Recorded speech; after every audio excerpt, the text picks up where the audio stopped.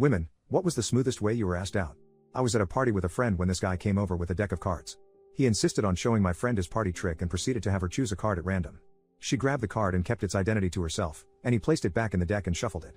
He started laying down cards and ended when he reached 10. He looked up at her and said, "Do you notice anything interesting about these cards I laid down?" She shook her head, and he then looked her directly in the eyes and says, "It's my number, call me." He then proceeded to give her an over-exaggerated wink, shot her some finger guns, and disappeared into the crowd of the party. Summer of sophomore year, there was an ice cream store I would go to religiously every other day.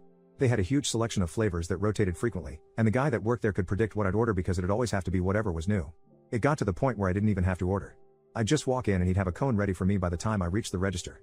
But we never really talked outside of ice cream orders. Finally, one day he says, "You really like ice cream?" Me, haha yeah, I do. Him, "Do you also like pizza and a movie? Maybe, Saturday?" Me, "Actually. My friend Naomi and I are going." Friend elbows me hard and